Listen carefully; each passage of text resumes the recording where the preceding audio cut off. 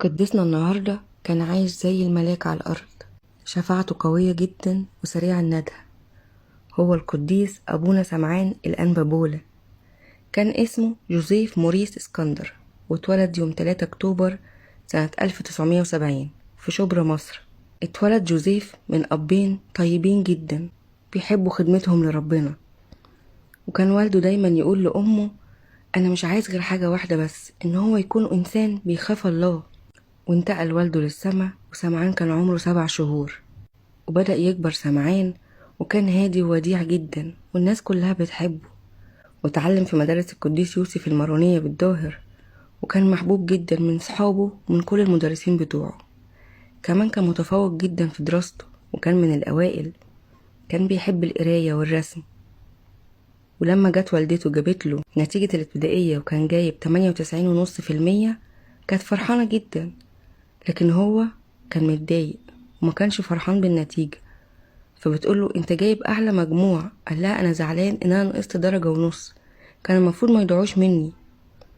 فمامته اتعجبت جدا من تفكيره وهو في السن الصغير ده.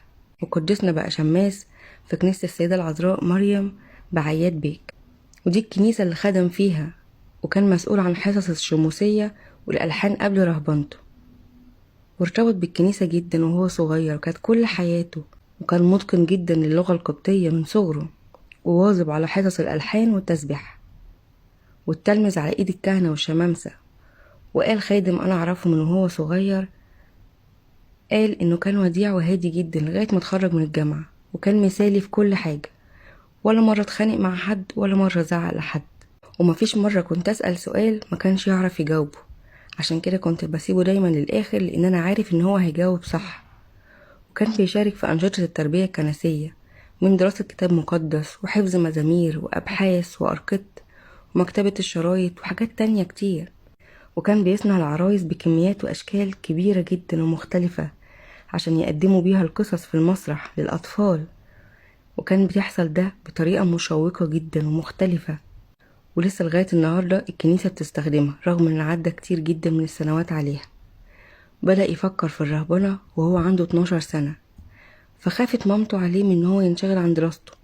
فراحت قالت له: خلي بالك، القديرة مش بتقبل الرجالة الناجحين في كل حاجة، وانت لسه صغير وتلميذ، فلازم تكمل دراستك وبعدين تشتغل. اول ما تكون في قمة نجاحك وقتها تفكر في الرهبنة وتضحي بكل شيء من اجلها، وبكده هتكون راهب. وكان قدسنا اول من جذب الشباب والاطفال من الشمامسة لسهرات التسبيحة طول الليل في ايام السنة القبطية والميلادية وليلة الست العذراء. والشباب حبوا ده جدا، وأصبحت دلوقتي مليانة بمختلف فئات الشعب. وبعدين دخل فصل إعداد الخدام وخدم كنيستين، الست العذراء بعياد بيه وماري جرجس بجزيرة بدران. وكمان ساهم في تأسيس الخدمة الشماسية، الألحان والتسبيحة والطقوس واللغة القبطية في كل المراحل، بالإضافة لكبار السن والسيدات. وكمان اشترك في خدمة إخوة الرب. كان بيحب يحضر جدا أعياد القديسين في كنايسهم. وابونا مينا تامر بيقول، اللي هو كان اب اعترافه، انه ارتبط بالقديسين جدا، وخاصة القديس توماس السائح. وبيقول ابونا انه بيرجع له الفضل في رجوع رفات ابناء القديس توماس السائح لكنيسة العذراء بمسرة، وده عشان علاقته الطيبة وارتباطه بالقمص ابراهام الصموئيلي امين دير القديس توماس السائح. والقديس سمعان في بيته كان بيقضي وقت طويل جدا في الصلاة، وبالأخص بالليل.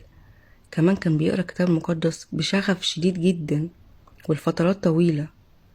كان بيحب قراية الكتب الروحية وتعاليم الآباء زي الشيخ الروحاني والقديس دوريسيوس والقديس يوحنا وماري إسحاق السورياني والقديس أغريغوريوس. كمان حب كتب الرهبنة والحياة النسكية، وتعود على الخلوة دايما في الدير، وبالأخص دير الأنبا بولا.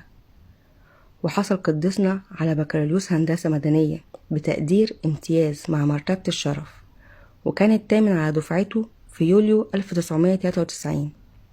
ولما بدأت معاه فكرة الرهبنة وهو عنده 12 سنة، اتزرعت جواه طول السنين دي، فكان دايما بيحب يروح دير الأنبا بولا اللي كان ساكن في قلبه. وفي يوم 19/9/97 اترسم راهب في دير الأنبا بولا باسم أبونا سمعان الأنبا بولا، بإيد مثلث الرحمات نيافة الأنبا أغاثون أسقف ورئيس دير الأنبا بولا. واتعرف في دير بضيفه الملائكي لأنه كان على طول مبتسم وهادي، وكان متواضع جدا. وقال عنه أحد آباء الدير بأنه كان واخد من عمله اليوم بالدير وسيلة لربح النفوس، فكان دايما بيقود ويشجع الشباب على الاعتراف والتناول. واتقال عنه أنه كان راهب متجرد وناسك جدا، فكانت قلايته خالية من أي مقتنيات، وكان دايما بيشيل صليبه كل يوم وهو شاكر ربنا مبتسم. واترسم قسطا بيد صاحب القداسة البابا شنودة الثالث يوم 13 أغسطس 2002. ويوم 17 سبتمبر 2002 سافر مع نيافة الأنبا أنطوني أسقف أيرلندا واسكتلندا وشمال شرق إنجلترا عشان يخدم معاه هناك في نيوكاسل، ودعي للخدمة في كنيسة ماري جرجس والبابا أثناسيوس الرسولي بنيوكاسل بإنجلترا. وكل الناس شهدت له بأنه هو متفاني جدا في خدمة رعيته، واهتم أكتر بالشباب والأطفال، فكان بيعد وعظته بالإنجليزية والعربية عشان كل الناس تفهم. وكان دايما بيحب يفتقد الأسر في منازلهم، وسكن في قلوب الناس كلها. وكمان شارك في شراء وبناء دير البابا أثناسيوس الرسولي في إنجلترا، واختاروه إنه يكون الكاهن المثالي للإبراشية في عيد الأنبا أنطونيوس يوم 30 يناير 2004. وده عشان الناس كلها كانت بتحبه من الشعب والكهنة. وفي الوقت ده بدأت معاه تجربة المرض. أول حاجة اكتشف في فبراير 2005 بأنه بيعاني من فشل كلوي حاد جدا، واتحمل صليبه كانت ابتسامة الشكر مش بتفارقه أبدا. ورغم معاناته في المرض كان بيخدم رعيته بكل أمانة، وبدأ في عمل الغسيل الكلوي. تاني حاجة كان بيعاني من مرض اسمه ميلوما في النخاع العظمي، وده مرض نادر جدا، بيجي الحالة في كل 7 مليون واحد، وكمان بيجي لكبار السن فقط، وهو مرض خطير جدا ومحدش يقدر يتحمل وجعه. وفي أواخر أيام أبونا سمعان على الأرض قرر الأطباء إن يوقفوا العلاج الكيماوي من أول أغسطس، عشان لقوا إنه مش جايب أي نتيجة، ده بالعكس بيأثر سلبي عليه. وهنا وقفوا كل الدكاترة عاجزين عن عمل أي شيء، لأن كانت كل أجهزة جسمه معطلة. وراحوا قالوا لأبونا وصرحوه بحالته الحرجة. أبونا قابل كلامهم ده بسلام كأنه ما سمعش أي حاجة، ده بالعكس في الفترة الأخيرة ازداد حيوية. وفي يوم الأربعاء 17/8 كانت مفاجأة إن هو يروح لدير البابا أثناسيوس اللي كان بيحبه جدا وبذل فيه وقت ومجهود كبير جدا، وكان بيبعد عنه 2.5 ساعة تقريبا. وفي الدير اتقابل مع واحدة ست كانت جاية هي وأسرتها من جنوب إنجلترا، كانت على بعد ساعات سفر طويلة جدا، وكان نفسها تشوف قوي أبونا سمعان. وقالت له إنها طلبت من الست العذراء إن هي تشوف أبونا، والموضوع ده كان تقريبا مستحيل لأن أبونا طول مرضه ما راحش ولا مرة الدير. ولما راح الناس كلها فرحت جدا ومجدوا الله، وقضى ليلة جميلة هناك. وتاني يوم الصبح كان يوم الخميس صلى القداس مع نيافة الأنبا أنطوني والآباء الرهبان، وكان صوته مسموع وواضح جدا لكل الشعب. ورجع بالليل على نيوكاسل. ويوم الجمعة أصر أبونا إن أخوه يقعد معاه في المستشفى طول فترة الغسيل الكلوي، وده كان على غير العادة. وفي يوم السبت الصبح أصر أبونا إن هو يخرج ويسوق عربيته وياخد معاه أخوه عشان يشتري بعض الحاجات، لأن عارف إن نيافة الأنبا موسى جاي لنيوكاسل وكان لازم يستعد لمجيئه. ويوم الحد كان مرهق جدا ومقدرش يروح للكنيسة، فراح جاله أبونا صليب وناوله. بعد كده راحوا للمستشفى، فالدكتور قال إن هو لازم يبيت في المستشفى اليوم ده.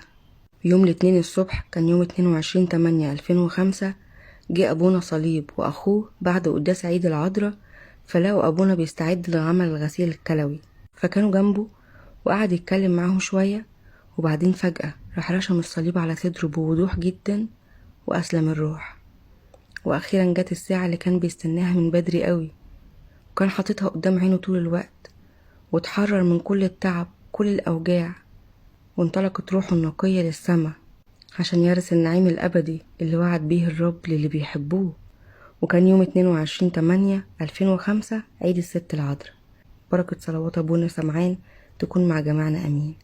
وفي معجزة جميلة قوي بتحكيها واحدة من الراهبات، بتقول إنها في يوم اتقابلت مع راهبة مش مصرية، كانت بتتكلم عربي لكنها ما كانتش بتعرف تقرأ عربي، فعرفتها على أبونا سمعان وشافت معايا الكتاب بتاع أبونا سمعان، فطلبت مني إن أنا أقرأ لها من الكتاب بتاعه. فحكيت لها عنه واديت لها صورة لابونا سمعان مع البابا شنودة، فخدتها وفرحت بيها جدا وعلقتها في قلايتها، كانت بتتأمل في حياته وازاي وصل للسما بسرعة كده. وفي يوم وهي في الدير الكهرباء قطعت عن الدير، فاتفاجئت ان لقت نور قوي جدا طالع من صورة ابونا سمعان والبابا شنودة ونورت القلاية بتاعتها كلها، ففرحت جدا وتعزت قوي، وبقى ابونا سمعان صديقها وشفيعها. المعجزة دي من كتاب طيف ملاك الجزء الثالث. بركة وشفاعة ابونا سمعان تكون مع جميعنا امين. لو اول مرة تسمع سيرته ابعتها للناس، خليهم ياخدوا بركة، وتابع صفحتي واستنوني كل يوم بالليل الساعة 8 مع سيرة قديس جديد.